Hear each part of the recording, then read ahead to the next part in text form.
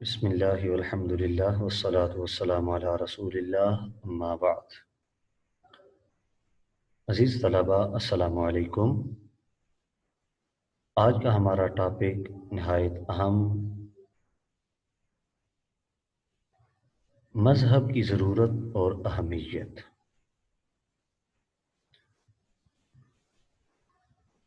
ایک انسانی معاشرے کے لیے مذہب کیوں ضروری ہے؟ کسی بھی مذہب کی پیروی جو کی جائے تو اس کا فائدہ کیا ہوتا ہے؟ کون سا ایسا طریقہ کار ہے جس کے ساتھ زندگی گزاری جائے؟ یہ سارے سوالات انسانی ذہن میں ابھرتے ہیں۔ ان تمام سوالات کے جوابات مذہب پرووائڈ کرتا ہے۔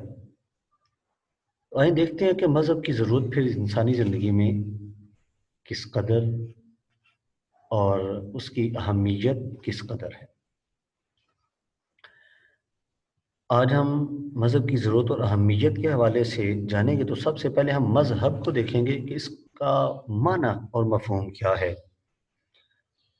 مذہب کا لغوی معنی اور مفہوم۔ مذہب کا لغوی معنی چلنا، مذہب کا لغوی معنی چلنے کا راستہ یا زندگی گزارنے کا راستہ ہے۔ انگریزی زبان میں مذہب کے مترادف لفظ ریلیجن موجود ہے، جو خود انگریزی زبان کا نہیں ہے بلکہ لاطینی زبان سے لیا ہوا ہے۔ اس کا مفہوم عقیدہ، نظریہ اور پوجا پاٹ کا نظام ہے۔ اسی طرح قرآن مجید میں بھی دین، منہاج اور سبیل کے الفاظ تقریباً مذہب کے ہم معنی ہی استعمال ہوئے ہیں، جن کا مشترک مفہوم وہ راستہ جس پر چلا جائے کہ ہیں۔ الغرض وہ ضابطہ حیات جس پر عمل پیرا ہو کر انسان دنیا میں کامیاب اور آخرت میں فلاح یاب ہو سکے، مذہب کہلاتا ہے۔ آئیں ایک دفعہ پھر ہم مذہب کے حوالے سے گفتگو کرتے ہیں کہ مذہب کا معنی اور مفہوم کیا ہے۔ آسان اور سادہ لفظوں میں مذہب کا لغوی معنی چلنے کا راستہ یا زندگی گزارنے کا طریقہ ہے۔ انگریزی زبان میں بھی اس کے لیے کچھ الفاظ ہیں، اسی طرح ہندی زبان میں بھی کچھ اس کے الفاظ ہیں، اسی طرح اسلام کے اندر قرآن مجید کے اندر بھی اس کے لیے کچھ الفاظ استعمال ہوئے ہیں۔ انگریزی میں ریلیجن کا لفظ یوز کیا جاتا ہے، جو خود انگریزی کا لفظ تو نہیں ہے، بہرحال وہ یوز انگریزی میں کیا جاتا ہے، لاطینی زبان کا لفظ ہے۔ اسی طرح دھرم ہندی زبان کا ہے۔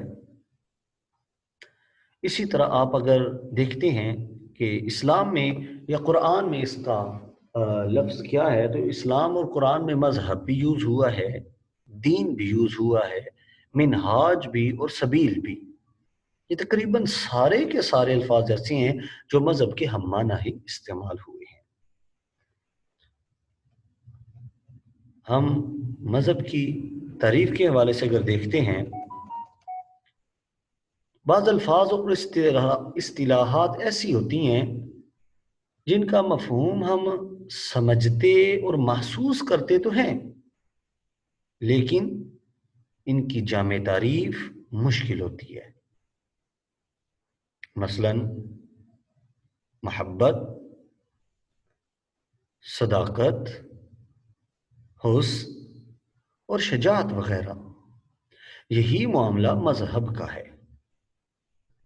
اس کی تعریف مختلف مفکرین نے مختلف انداز میں کی ہے۔ جو انداز جس کو سمجھ آیا، یا یوں کہہ لیں کہ مذہب جس کو جتنا سمجھ آیا، اس نے اسی انداز میں اس کی تعریف بھی کی ہے۔ ہم دیکھتے ہیں کہ مختلف فلاسفہ نے اس کی تعریف کس انداز میں کی ہے اور کیا کیا کی ہے۔ مثلا ای بی ٹائلر، ان کے مطابق religion means the belief in spiritual beings, یعنی مذہب روحانی موجودات پر عقیدہ کا نام ہے۔ مشہور فلسفی کانٹ لکھتا ہے کہ ہر فریضہ کو خدائی حکم سمجھنا مذہب ہے، جبکہ شوپن ہار کا کہنا ہے مذہب موت کے تصور سے وابستہ ہے۔ اب غور کریں، یہ جتنے بھی احباب فلاسفہ تعریف کر رہے ہیں، جیسے بی ٹائلر نے کی مذہب روحانی موجودات پر عقیدہ کا نام ہے، کانٹ کہتا ہے کہ ہر فریضہ کو خدائی حکم سمجھنا مذہب ہے، شوپن ہار کا کہنا ہے کہ مذہب موت کے تصور سے وابستہ ہے۔ اب آگے مزید دیکھتے ہیں کہ پروفیسر وائٹ ہیڈ اس میں کیا کہتے ہیں۔ وہ قدر تفصیل سے گفتگو کرتے ہیں اس میں اور گہرائی میں جانا چاہتے ہیں۔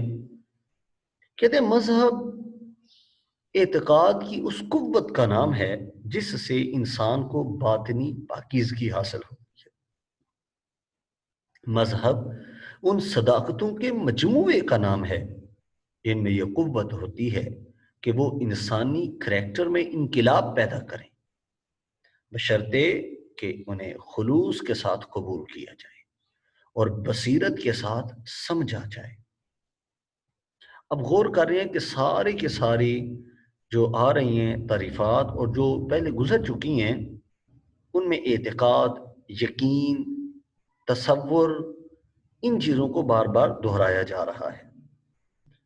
بقول پارکر، مذہب خدا کے ان اندرونی اور بیرونی قوانین کی اطاعت کا نام ہے جو اس نے ہماری فطرت میں رکھے ہوئے ہیں۔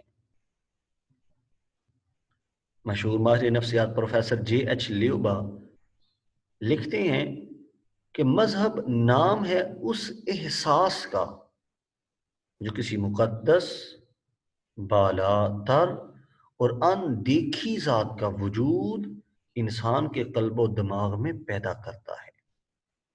نیز اس سے مراد وہ جستجو ہے جو انسانی زندگی کے حقیقی مقاصد کے ادراک کے لیے کرتا ہے۔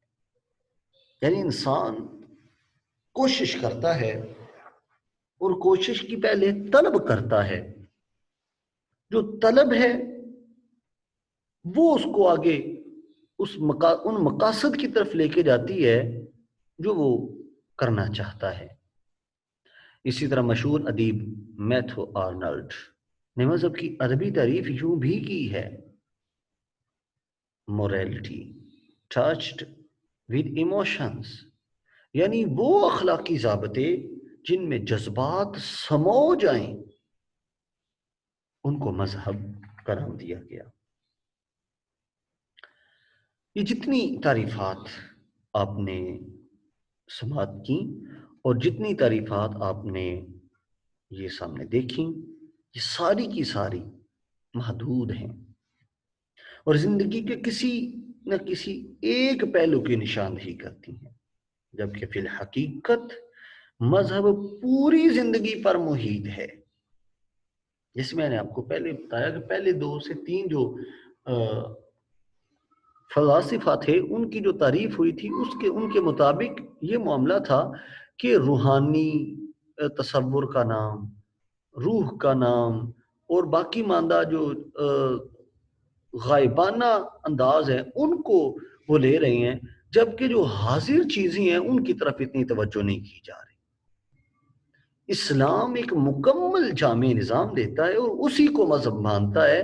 اسلام صرف اور صرف تصورات کو، یا اسلام صرف اور صرف ایسی چیزوں کو جو روحانی موجودات ہوں، روحانیات ہوں، صرف اس کا نام اسلام نہیں ہے، یا اسلام صرف اس کو مذہب نہیں مانتا، بلکہ اسلام موجودات، حالات، واقعات، ان تمام کے ایک مجموعے کو مذہب کا نام دیتا ہے۔ ہم دیکھتے ہیں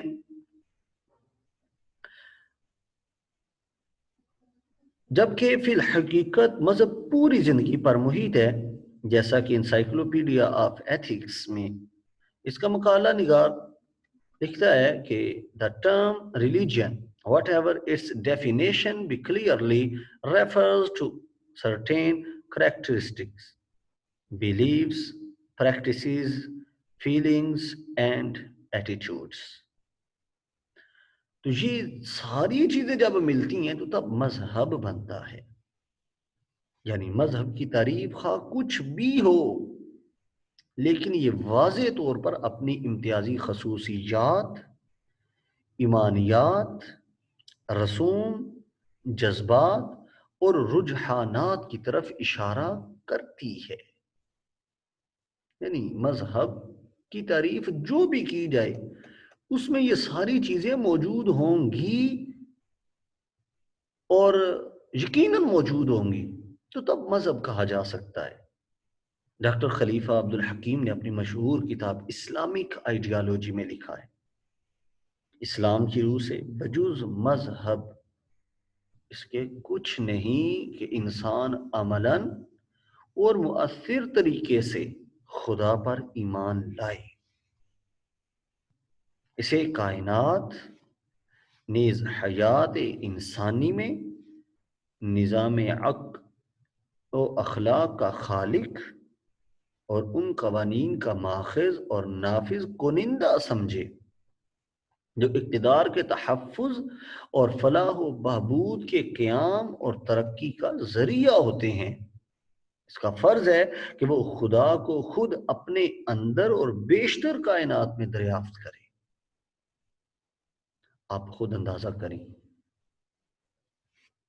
کہ مذہب کا جو تصور اسلام نے دیا ہے وہ سب سے زیادہ وسیع، جامع اور مکمل دیا ہے. انسان عمل کیے بنا اور یقین کیے بنا اگر کسی پر ایمان لاتا ہے تو وہ صحیح معنوں میں مذہب کی پیروی نہیں کر رہا. مذہب کی پیروی اسی انداز میں ہو سکتی ہے اور اسی صورت میں ہو سکتی ہے جب بندہ عملاً بھی اس سے متاثر ہو رہا ہو، اس کے خیالات، اس کے تصورات، اس کے افکار سارے کے سارے مذہب کے ماتحت ہو جاتے ہیں، تو پھر بندہ مذہب کا پیروکار بنتا ہے اور پھر اس پر مذہب حاوی ہوتا ہے. اور تب پتہ چلتا ہے کہ یہ کسی نہ کسی مذہب کا پیروکار ہے. اور وہ مذہب کیا ہے پھر وہ دیکھا جائے گا کہ مذہب وہ کیا ہے، کیسی ہے، اس کے اندر کیا کیا فوائد ہیں اور کون کون سے نقصانات ہیں. تو اسلام کے اندر اس کے علاوہ اور کچھ بھی نہیں ہے کہ انسان جب تک عملاً اور مؤثر طریقے سے خدا پر ایمان نہ لے آئے. یعنی اللہ تعالیٰ پر ایمان لانا ہے تو پھر اس پر بندے پر ضروری ہے کہ اس کا عمل بھی اس کی گواہی دے رہا ہو اور اس پر اس کے اثرات مرتب ہو چکے ہوں. اسے کائنات نیز حیات انسانی میں نظام عقل و اخلاق کا خالق اور مالک سمجھا جائے اور ان تمام قوانین کا ماخذ اور نافذ کنندہ بھی سمجھے کہ جس نے ان تمام کو تخلیق بھی کیا، پسند بھی کیا اور چن بھی لیا اور دے بھی دیا، جو اقتدار کے تحفظ اور فلاح و بہبود کے قیام اور ترقی کا ذریعہ ہوتے ہیں. یعنی انسانی فلاح و بہبود ان قوانین کو مان لینے اور ان قوانین کو اپنا لینے سے ہو سکتی ہے. اگر وہ قوانین اپنائے نہیں جا سکتے تو کسی صورت بھی انسانی فلاح و بہبود نہیں ہو سکتی، ترقی نہیں ہو سکتی. میں اس کی مثالیں آپ کو چند دے سکتا ہوں تاکہ سمجھنے میں آسانی رہے. جیسے سود کا ایک نظام ہے، اسلام نے اپنے ایک تصور دیا بھئی سود غلط ہے، سود کو چھوڑ دیا جائے. اب غور کر لیں وہ تمام ممالک جو IMF وغیرہ سے قرض لے لیتے ہیں تو کیسے جال میں پھنس جاتے ہیں، سودی جال میں، اور پھر ان سے نکلنا ممکن نہیں ہوتا ان کے لیے. جبکہ انسانی فلاح کیا ہے کہ سود کو چھوڑ دیا جائے، انسانیت کی فلاح کیا ہے، شراب چھوڑ دی جائے. اور وہ تمام احباب جو شراب نوشی کرتی ہیں یا شراب کا کاروبار کرتی ہیں، آپ خود اندازہ کر لیں کہ ان کی عقل، ان کا انداز، ان کا رہن سہن، ان کا طرز معاشرت کتنا زیادہ تبدیل ہوتا ہے ان تمام لوگوں سے جو شراب نوشی نہیں کرتے، جو شراب سے محبت نہیں کرتے، جو شراب سے الفت نہیں رکھتے، جو شراب کے نزدیک نہیں جاتے. یہ ضروری اور لازمی چیز ہے کہ ان تمام قوانین کو جو اللہ تعالیٰ نے نافذ کیے ہیں یا نافذ کرنا چاہتا ہے، جو اللہ تعالیٰ نے بنائے ہیں، ان تمام کو اپنے ذہن میں پورا پورا یقین رکھتے ہوئے مان لے، تسلیم کر لے کہ یہ درست ہے. اور یہ بھی یاد رکھیں کہ اس کا فرض ہے انسان کا کہ وہ خدا کو خود اپنے اندر اور بیشتر کائنات میں دریافت کرے. اس کا مطلب یہ نہیں ہے کہ صرف لا الہ الا اللہ کہہ لیا تو بس ہم مسلمان ہو گئے اور اس کے بعد ضرورت نہیں کسی چیز کی. مقصود یہ نہیں ہے. مقصود انسان کے اندر انسانیت کو پیدا کرنا، اس کے ضمیر کو جگانا، اس کے ضمیر کو جھنجھوڑنا. جب جب وہ غلطی کا ارتکاب کرنا چاہے اسے جھنجھوڑ کے رکھ دینا، اور اس نے اپنے تئیں اس کو مزید آگے بڑھانا. یہ مقصود ہے. اچھے کاموں کو ترویج دی جائے، برائی کے جتنے کام ہیں ان کو چھوڑا جائے، ان سے تنفیر یعنی نفرت کی جائے ان سے. تو یہ اسلام کا مقصود ہے تاکہ اس کا فائدہ انسانیت کو ہو سکے. اگر انسانیت کو فائدہ نہیں ہوگا تو پھر کسی صورت بھی اسلام اس چیز کا روادار نہیں. الغرض ہم اب دیکھتے ہیں کہ اسلامی اور قرآنی نقطہ نظر سے مذہب ان ہدایات اور احکام کا نام ہے جو وقتاً فوقتاً اللہ تعالیٰ نے اپنے انبیاء کرام علیہم السلام کے ذریعے اپنے بندوں کے لیے بھیجے، جن پر گامزن ہو کر انسان اس دنیا میں کامیاب اور آخرت میں فلاح یاب ہو سکتا ہے. اسلامی اصطلاح میں یہی دین ہے. اگر بندہ ان سے ہٹ کے کسی دین کا تصور پیش کرتا ہے تو وہ در حقیقت دین کا تصور نہیں پیش کر رہا، بلکہ وہ کوئی اپنی من مانی تشریح کہہ لیں یا جو اسے سمجھ آیا اس کی وضاحت کہہ لیں، وہ پیش کر رہا ہے. ہم بھی تو دیکھیں نا کہ ہمارے اندر دین تبدیلی کیا لا رہا ہے. مذہب کی ضرورت اور اہمیت، دین کی ضرورت اور اہمیت کے حوالے سے ہم مزید آگے ٹاپک شروع کرتے ہیں. بنی نو انسان کو مذہب کی ضرورت ہے یا نہیں؟ بڑا اہم سوال ہے، اور یہ سوال ضروری ہے اور ہونا بھی چاہیے تاکہ جو کج عقل ہیں، جو کم عقل ہیں، انہیں فائدہ ہو سکے، اور جو پہلے سے ہی عقل مند ہیں وہ اس سوال سے مزید فائدہ اٹھا سکیں. وہ جان بوجھ کر ایک چیز پر عمل کریں تو پھر انہیں اس چیز کا فائدہ بغیر جان بوجھ کے کرتے ہوئے، بغیر سمجھ کے کرتے ہوئے سے زیادہ ہو سکتا ہے. یعنی بنی نو انسان کو مذہب کی ضرورت ہے یا نہیں، یہ کوشچن ہے. جس کوشچن کو ہم دیکھتے ہیں کہ کون کر سکتا ہے ایسا کوشچن، کس لیے کر سکتا ہے. بھئی ایک بندہ ہے، انسان ہے، انسانی فطرت، وہ کہتا ہے جی میں کسی کو مانتا ہوں تو کیوں مانتا ہوں، وجہ کوئی ہو. یہ کہنا کہ یہ سوال درست ہی نہیں ہے، یعنی سوال ہی نہیں اٹھنا چاہیے، تو ظاہر ہے وہ احباب، وہ بندے جو دین کے پیروکار ہیں، مذہب کے پیروکار ہیں، وہ ماننے والے تو یہی کہیں گے یہ سوال ہونا ہی نہیں چاہیے، لیکن وہ بندے جو دین کو مانتے ہی نہیں، مذہب کو سمجھتے ہی کچھ نہیں، جو ذہنی طور پر آزاد ہیں اور کسی پابندی کو تسلیم نہیں کرنا چاہتے، یہ سوال در حقیقت ان کی طرف سے ہے کہ کیا بنی نوع انسان جس طرح آزاد پیدا ہوا ہے اس طرح آزاد رہنا چاہیے، یا کسی نہ کسی قاعدے کلیے کا، کسی نہ کسی طریقے کا پابند ہونا چاہیے؟ یہ بات تو قطعی طور پر لازم اور ضروری ہے کہ جب تک یہ سوال ذہن میں نہیں ان کی آئے گا تو تب تک وہ اس چیز کو سمجھ نہیں سکتے۔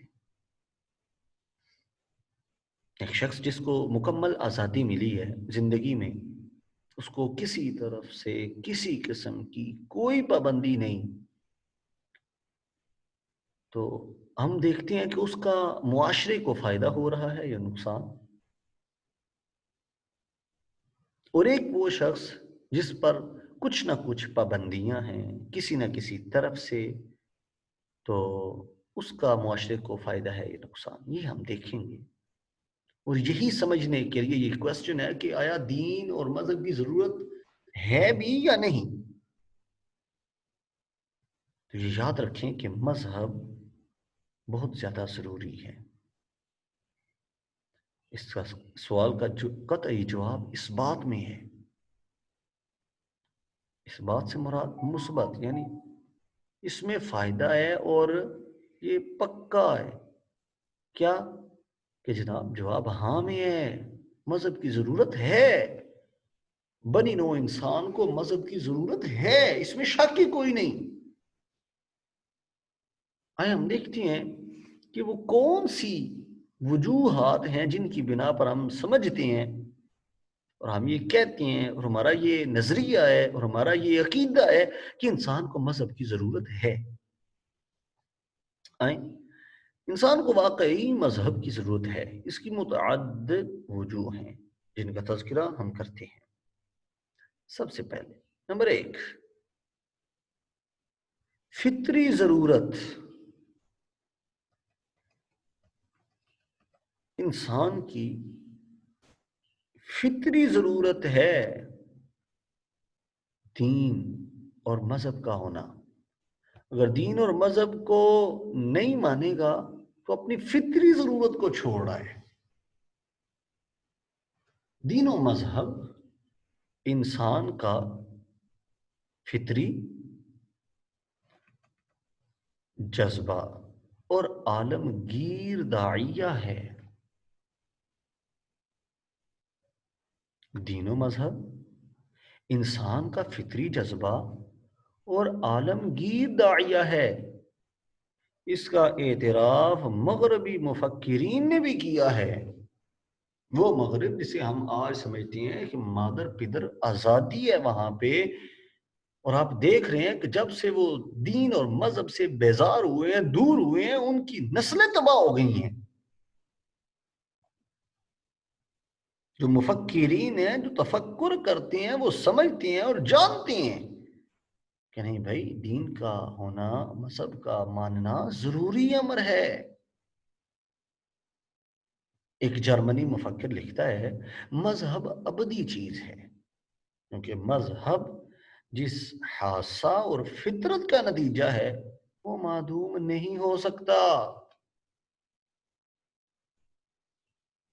حس جس کو محسوس کرتی ہے، احساسات جس کا تقاضا کرتے ہیں، بندے کے تصورات جس چیز کا تقاضا کرتے ہیں، بندے کے افکار اور خیالات جس چیز کا تقاضا کرتے ہیں، اس کے لیے ضروری چیز ہے مذہب۔ اسی لیے فرانس کا فلسفی زینان کہتا ہے یہ ممکن نہیں کہ مذہب کو دنیا سے مٹا دیا جائے، یا اس کی قوت فنا کر دی جائے۔ جو لوگ مذہب کو دنیا سے ٹوٹل مٹا دینا چاہتے ہیں، ختم کر دینا چاہتے ہیں، اور چاہتے ہیں کہ مذہب نام کی کوئی چیز دنیا پر موجود ہی نہ ہو، اور لیول یہ ہو، کیفیت یہ ہو کہ ہر کوئی اپنی مرضی کے ساتھ آزاد رہے، تو یہ کیسا امر ہے، یہ ایسا معاملہ ہے جو عقل سے ماورا ہے، جو عقل سمجھ نہیں سکتی، جو عقل میں سما نہیں سکتا۔ اس طرح تو جن کو ہم ترقی یافتہ ممالک کہتے ہیں، وہ بھی جنگل کا تصور پیش کریں، اور دنیا ساری کی ساری ایسا تصور پیش کرے، ایسا منظر پیش کرے کہ الامان والحفیظ، کوئی کسی کی بات ماننے والا نہ ہو، کوئی کسی کی طرف دھیان دینے والا نہ ہو، کوئی کسی کی بات سننے والا نہ ہو، کوئی کسی کی پیروی کرنے والا نہ ہو، جس کا جو جی آیا وہ کرتا رہے، تو ایسا ممکن نہیں ہے۔ ہم دیکھتے ہیں یہ انتظامی قوانین جو بناتے ہیں معاشرے کے اندر رہنے کے لیے، وہ بھی کچھ نہ کچھ اس لیے ہوتے ہیں تاکہ بیلنس قائم رہے، ایک دوسرے کے حقوق سلب نہ کیے جائیں، ایک دوسرے کے حقوق کو مارا نہ جائے، غصب نہ کیا جائے۔ تو مذہب بھی تو یہی دے رہا ہے، اور مذہب اسے بہترین طریقے سے دیتا ہے۔ آئیں دیکھتے ہیں اسی انسانی فطرت کی طرف قرآن مجید نے اشارہ کیا، فرمایا فاقم وجہک للدین حنیفا فطرت اللہ التي فطر الناس علیہا، اپنا منہ سب سے موڑ کر دین کی طرف کر لو، فاقم وجہک للدین حنیفا، سارے باطل کو چھوڑ کر اپنا منہ سیدھا دین کی طرف کر لو۔ فطرت اللہ، یہی وہ فطرت ہے اللہ تعالیٰ کی، وہی یہ فطرت ہے التی فطر الناس علیہا، جس پر اللہ تعالیٰ نے انسانوں کو پیدا کیا ہے۔ اللہ تعالیٰ نے انسان کو پیدا ہی اس فطرت پر کیا ہے، تو پھر وہ دین اور مذہب سے کیسے سر منہ انحراف کر سکتا ہے؟ اسی طرف سورہ اعراف میں ارشاد ہے، اور جب خدا نے آدم کی پیٹھ سے ان کی نسل کو نکالا اور خود انہی کو گواہ بنا کر پوچھا الست بربکم، کیا میں تمہارا خدا نہیں ہوں؟ تو سب پکار اٹھے، قالو، سارے کہنے لگے بھلا کیوں نہیں، بے شک آپ ہی ہمارے رب ہیں۔ اس کی تشریح فطرت انسان کے سب سے بڑے شناسا، سب سے بڑے ماہر نفسیات، سب سے بڑے دانا اور دانشور، سب سے بڑے مفکر، سب سے بڑے عقلوں کو سمجھنے والے حضور صلی اللہ علیہ وآلہ وسلم نے اس طرح کی ہے۔ بڑا خوبصورت فرمان، اور یہ بڑا مشہور فرمان ہے جو آپ نے بارہا سن بھی رکھا ہوگا، لیکن سن کے ایک دفعہ پھر اپنے یاداشت کو تازہ کریں۔ فرمایا کل مولود یولد علی الفطرہ، ہر بچہ فطرت پر پیدا کیا جاتا ہے، فطرت پر پیدا ہوتا ہے، ہر بچہ فطرت سلیمہ پر پیدا ہوتا ہے۔ تو ظاہر ہے فطرت سلیمہ پر پیدا ہو رہا ہے، تو فطرت سلیمہ خود تقاضا کر رہی ہے مذہب کا، کسی نہ کسی کی اتباع کی جائے، کسی نہ کسی کی پیروی کی جائے، کسی نہ کسی کی بات مانی جائے، تسلیم کی جائے۔ تو پھر ظاہر ہے فطرت سے ہٹ جانا یہ کوئی دانشوری نہیں ہے، فطرت سے دور ہو جانا یہ کوئی سیانت نہیں ہے۔ بعد ازیں ماحول اس کی فطری صلاحیت کو مسخ کر دیتا ہے، اور وہ سیدھی راہ سے بھٹک بھی جاتا ہے، اور باطل نظریات کو بھی اپنا لیتا ہے۔ لیکن یاد رکھیں اکثر زندگی میں ایسے لمحات بھی آتے ہیں کہ جب ایک منکر خدا مذہب کی ضرورت محسوس کرتا ہے، یہ بات بڑی شدت سے محسوس کی جاتی ہے. ایک وقت آتا ہے حتیٰ کہ مشہور سوشلسٹ اور منکر خدا پنڈت جواہر لال نہرو کو بھی کہنا پڑتا ہے کہ جب مجھے کوئی انتہائی مشکل مسئلہ پریشان کر دیتا ہے اور میرا دماغ ساتھ چھوڑ دیتا ہے تو میں مندر جاتا ہوں اور مورتی کے سامنے جھکتا ہوں، آنسو بہاتا ہوں، حتیٰ کہ میری پریشانی ختم ہو جاتی ہے. یعنی وہ یہ ثابت کرنا چاہتا ہے کہ مجھے بھی دین کی ضرورت ہے. ہم اس طرف نہیں جا رہے کہ اسے اپنے دین کی، کس دین کی، اس دین کی، اس دین کی ضرورت ہے، لیکن یہ ذہن رکھیں کہ وہ بھی اس چیز کو مانتا اور یقین رکھتا ہے کہ جناب مجھے جب بھی کوئی مشکل پیش آتی ہے تو میرا ساتھ میرا مذہب دیتا ہے اور میں مذہب سے مدد حاصل کرتا ہوں. مذہب نام کی اگر کوئی چیز نہ ہوتی تو کوئی بھی اس کی طرف جاتا کیوں، کوئی اس کو مانتا کیوں؟ الغرض ہر انسان کی فطرت میں ہے کہ وہ کسی بالا تر ہستی کی طرف رجوع کرے. قطع نظر وہ ہستی اس کی مشکل کشا ہو سکتی ہے یا کہ نہیں، یہ بات الگ ہے. اگر ہم شروع سے اس بات کو لیں گے کہ نہیں جناب یہ نہیں وہ ٹھیک، وہ نہیں یہ ٹھیک، یہ نہیں وہ نہیں ٹھیک، یہ اور کچھ بھی نہیں ٹھیک اور سب کچھ ٹھیک ہے، ایسا نہیں ہو سکتا. انسان کی فطرت ہے وہ کسی نہ کسی چیز کو مان رہی ہے، اس کی فطرت ہے، اور جو اس فطرت کا انکار کر رہا تھا وہ ٹوٹل کسی چیز کو نہیں مانتا اور انکار کر رہا ہوتا ہے. علامہ شبلی نعمانی نے بالکل درست کہا ہے کہ دنیا میں ہر قوم، ہر نسل، ہر طبقہ کوئی نہ کوئی مذہب رکھتا ہے. عالم و جاہل، رذیل و شریف، شاہ و گدا، افریقہ کا وحشی اور یورپ کا تعلیم یافتہ، سب اس میں برابر ہیں. یہ بات الگ ہے کہ وہ یقین کس میں رکھتے ہیں، لیکن ہیں اس میں سب برابر کہ کسی نہ کسی چیز میں، کسی نہ کسی چیز میں ان کا یقین، ان کا اعتماد، ان کا ایقان ضرور ہوتا ہے. اس حقیقت کا اعتراف پروفیسر سبتر نے کیا. کہتے ہیں کہ میں کیوں پابند مذہب ہوں؟ اس لیے کہ اس کے خلاف ہو ہی نہیں سکتا، کیونکہ پابند مذہب ہونا میری ذاتیات میں سے ہے. یعنی وہ بندے جو بالکل مذہب سے دور چلے گئے ہیں وہ بھی اس بات کا کتنی یقین اور اعتماد کے ساتھ اقرار کر رہے ہیں کہ بھائی میں اس کے خلاف کسی صورت ہو ہی نہیں سکتا، کیونکہ مذہب کا پابند ہونا میری ذاتیات میں سے ہے. لوگ کہیں گے کہ یہ وراثت یا تربیت یا مزاج کا اثر ہے. نہیں، ایسی نہیں. کہتے ہیں میں نے خود اپنی رائے پر اعتراض کیا ہے، لیکن میں نے دیکھا کہ سوال پھر پیدا ہوتا ہے اور وہ حل نہیں ہوتا. مذہب کی ضرورت جس قدر مجھ کو اپنی ذاتی زندگی کے لیے ہے اس سے زیادہ عام سوسائٹی کو ہے.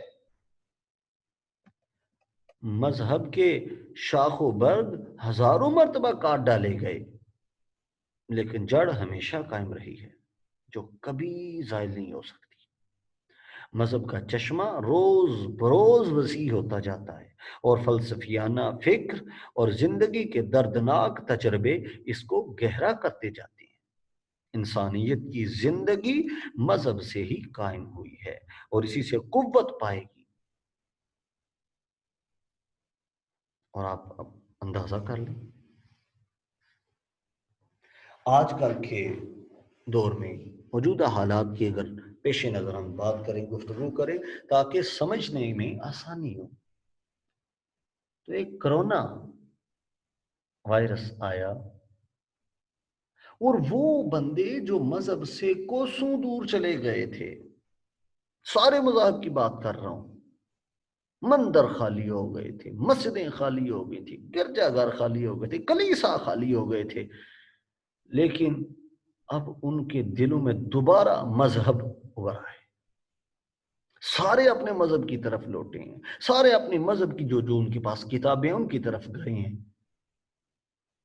ایک چھوٹی سی بیماری نہیں، پوری دنیا کو ایک دفعہ پھر سے مذہب کی ضرورت اجاگر کر دی، تو ہم کیسے اس کا انکار کر سکتے ہیں؟ اس ضمن میں ایک غلط فہمی کا ازالہ بھی ضروری ہے کہ جس طرح چند افراد کا نطق اور فہم کی صلاحیت سے محروم ہونا انسان کے حیوان ناطق ہونے کی نفی نہیں کرتا۔ بعض بندے گونگے ہو جاتے ہیں پیدا، یا بعد میں گونگے ہو جاتے ہیں، اور بعض بندے شروع سے دیوانے پاگل ہوتے ہیں، چلے پیدا ہوتے ہیں، اور بعض کچھ خوراکیں ایسی کھاتے ہیں، خوراک کھانے کے بعد ان کو نہیں سمجھا سکتے تو ان کے دماغ پہ اٹیک کرتی ہے، دوا کوئی ایسی کھا لیتے ہیں دماغ پہ اٹیک کر دیتی ہے، تو اس کے ساتھ ان کی عقل کھو جاتی ہے۔ یہ بات کر رہے ہیں کہ جس طرح چند افراد کا نطق اور فہم کی صلاحیت سے محروم ہونا انسان کے حیوان ناطق ہونے کی نفی نہیں کرتا، کیونکہ اربوں میں انسان موجود ہیں جو بول بھی رہے ہیں، سمجھ بھی رہے ہیں۔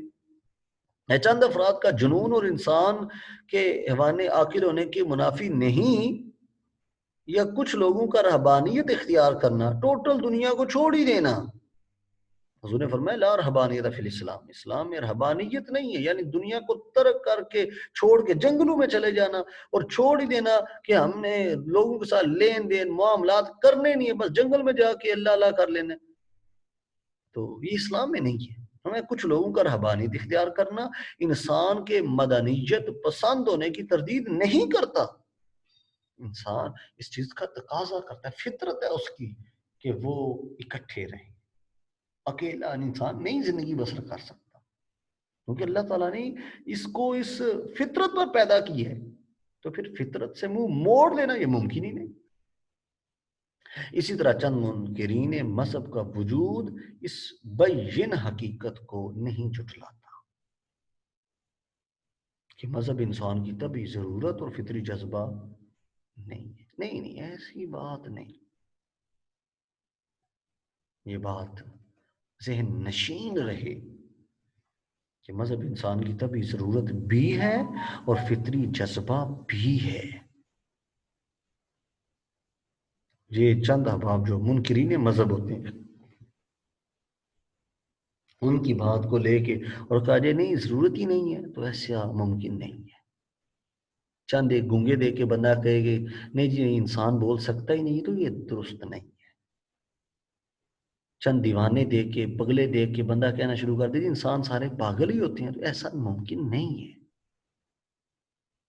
چند احباب چند ہی ہوتے ہیں، اور اکثریت اکثریت ہی ہوتی ہے، اور اکثریت پھر اس کی جو طبیعت ہے، جو اس کی فطرت ہے، اس کا تقاضا کر رہی ہوتی ہے۔ پھر ماننا پڑے گا کہ انسان کی فطرت اس چیز کا تقاضا کرتی ہے کہ وہ کسی نہ کسی مذہب کا پیروکار ہو اور کسی نہ کسی مذہب کو مانے۔ آئے ہم دیکھتے ہیں اس کی دوسری وجہ کیا ہے۔ دوسری وجہ روحانی اقتضاء ہے۔ اس کی روح اس چیز کا تقاضا کرتی ہے کہ وہ کسی نہ کسی مذہب کا پیروکار ہو۔ انسان اپنی تخلیق کے لحاظ سے جسم اور روح سے مرکب ہے۔ ایک طرف جسم اور روح کے رشتے کو قائم رکھنے کے لیے اسے مادی ضروریات اور جسمانی وسائل درکار ہیں، تو دوسری جانب روحانی ارتقاء کے لیے اسے روحانی اقدار اور تمدنی اصولوں کی فہرست ضرورت ہے۔ اللہ تعالیٰ نے انسان کی ان دونوں ضرورتوں کو پورا کیا ہے۔ مادی اور جسمانی احتیاجات کی تسکین کے لیے وسائل کا ایک نہ ختم ہونے والا خزانہ زمین کے سینے میں ودیعت کر رکھا ہے۔ انسان اپنی جسمانی ضروریات اور احتیاجات کو پورا کرنے کے لیے، مادی ضروریات کو پورا کرنے کے لیے زمین کے سینے کو چیرتا ہے، اور اس کے اندر سے مختلف گیسیں، مختلف جتنے پیٹرولی مصنوعات ہیں وہ ساری کی ساری نکال رہا ہے، مختلف دھاتیں نکال رہا ہے، کبھی سونا، کبھی چاندی، کبھی تانبا، کبھی پیتل، کبھی لوہا، کبھی پیٹرول، کبھی ڈیزل، کبھی یہ ساری چیزیں اللہ تعالیٰ نے زمین کے سینے میں چھپا کے رکھی ہیں جی، انسان سب کو تلاش کر رہا ہے، نکال رہا ہے اور اپنے لیے استعمال کر رہا ہے، اور استعمال کرتے ہوئے ان کو بہتر طریقے سے بہتر کی طرف کا سفر جاری و ساری ہے۔ نیز اسی طرح اللہ تعالیٰ نے روحانی رہنمائی کے لیے انبیاء بھیجنے کا اہتمام بھی کیا، اور انسان کو اس ضمن میں تنہا نہیں چھوڑ دیا، انسان کو اس ضمن میں تنہا نہیں چھوڑ دیا کہ اندھیرے میں بھٹکتا پھرے، بلکہ انسان اول کے ذریعے یعنی حضرت آدم علیہ السلام کے ذریعے، جو اللہ تعالیٰ کے فرستادہ اور نبی اور رسول تھے، یعنی حضرت آدم علیہ السلام پوری نسل انسانی کو یہ مژدہ سنا رہے ہیں، یا اللہ تعالیٰ نے ان کو سنایا اور ان کے ذریعے سے پوری انسانیت کو سنایا، نسل آدم کو سنایا، جتنے آدمی ہیں، آدم کی اولاد ہیں، ان سب کو سنایا۔ فَإِمَّا يَأْتِيَنَّكُم مِّنِّي هُدًى فَمَن تَبِعَ هُدَايَ فَلَا خَوْفٌ عَلَيْهِمْ وَلَا هُمْ يَحْزَنُونَ، بس میری طرف سے تمہیں ہدایت پہنچتی رہے گی، اور جو میری اس ہدایت میں زندگی گزارے گا اس پر کوئی خوف اور حزن و ملال نہیں ہوگا۔ کتنا خوبصورت مژدہ، کتنی خوبصورت بشارت، کتنی خوبصورت خوشخبری دی، بھائی پریشان نہیں ہونا، میری طرف سے یہ معاملہ ہوتا رہے گا، لوگ آتے رہیں گے اور اپنا اپنا حصہ ڈالتے رہیں گے۔ تو انبیاء کا سلسلہ اسی طرح پھر چلتا رہا، چنانچہ اللہ تعالیٰ نے اپنا یہ وعدہ پورا بھی کیا، اور ہر زمانہ ہر قوم کی طرف انبیاء مبعوث کیے، حتیٰ کہ انسان کی روحانی ہدایت کا سامان بھی بہم پہنچایا، تاکہ انسان کی روحانی ہدایت کا سامان بہم پہنچایا جا سکے۔ قرآن مجید میں اسی لیے اس کا ذکر بھی فرمایا، اِن من امت وَإِن مِّنْ أُمَّةٍ إِلَّا خَلَا فِيهَا نَذِيرٌ، اور کوئی قوم ایسی نہیں ہے جس میں کوئی ڈرانے والا ہادی نہ آیا ہو۔ وَلِكُلِّ أُمَّةٍ رَسُولٌ، اور ہر قوم کے لیے رسول بھیجا۔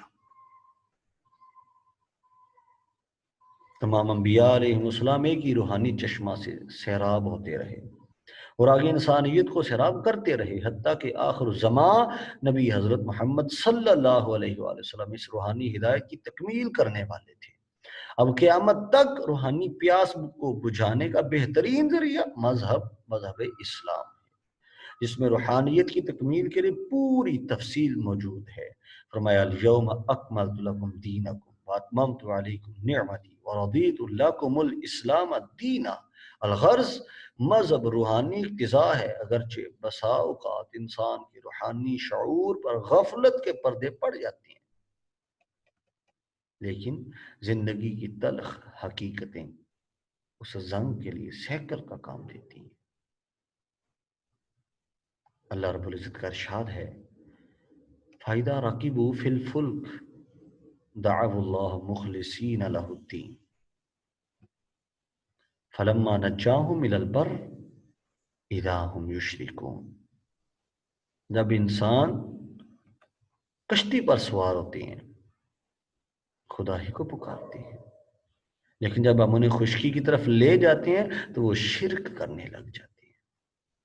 اس حقیقت کا اعتراف مشہور عالم نفسیات جیمز لیوبا نے بھی اس طرح کیا ہے کہ مذہب ایک روحانی غذا اور نفسانی حادثہ ہے، اس کی بنیاد یہ عقیدہ ہے کہ انسان اور کائنات میں ہم آہنگی پائی جاتی ہے۔ انسان اپنے اندر دیکھے، اپنی وسعت کو دیکھے اور کائنات کو دیکھے، اور کائنات کی وسعت کو دیکھے تو اس کو اندازہ ہوگا کہ انسان کائنات کے اندر کتنا زیادہ مماثل ہے اور کائنات انسان کے اندر کتنی زیادہ مماثل ہے۔ آئے ہم دیکھتے ہیں تیسری معاشرتی ضرورت۔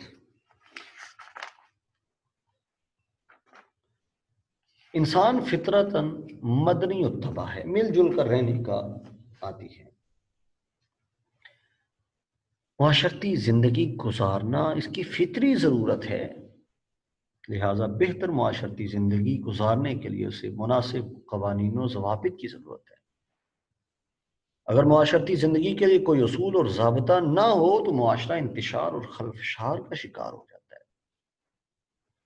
مذہب انسان کی معاشرتی ضرورت بھی پوری کرتا ہے۔ حضرت آدم اور حوا علیہما السلام پہلا انسانی جوڑا تھا جس نے اس کرۂ ارض پر خدائی ہدایت کے تحت معاشرتی زندگی کا آغاز کیا، اور پھر مذہب نے انہیں منظم معاشرے میں رہنا سکھایا۔ معاشرتی زندگی کے بے شمار مسائل ہیں، زوجین کے حقوق و فرائض، اولاد کے فرائض اور والدین کے حقوق، نیز پڑوسیوں سے تعلقات کی نوعیت، پھر منظم حکومت کا تصور اور رعایا اور راعی کے تعلقات کا تعین۔ یہ تمام ایسے امور ہیں کہ اگر انسان خود اس کا تعین کرے تو افراط و تفرید کا شکار ہو جاتا ہے، ظلم و ستم اور عدوان کا مرتکب ہو جاتا ہے، جیسا کہ انسانی معاشرتی زندگی کی پوری تاریخ اس پر شاہد ہے کہ اس کے برعکس مذہب انسان پر انسان کی بادشاہی کا مخالف رہا ہے۔ اس کا موقف ہے کہ وہ ذات پاک جس نے کائنات اور پوری طبعی دنیا کے لیے قوانین وضع کیے ہیں، وہی اس بات کی مستحق ہے کہ انسان کو معاشرت اور اجتماعی زندگی کے بارے میں عادلانہ قوانین عطا کرے۔ لہ الخلق والامر، یعنی اسی کے لیے تمام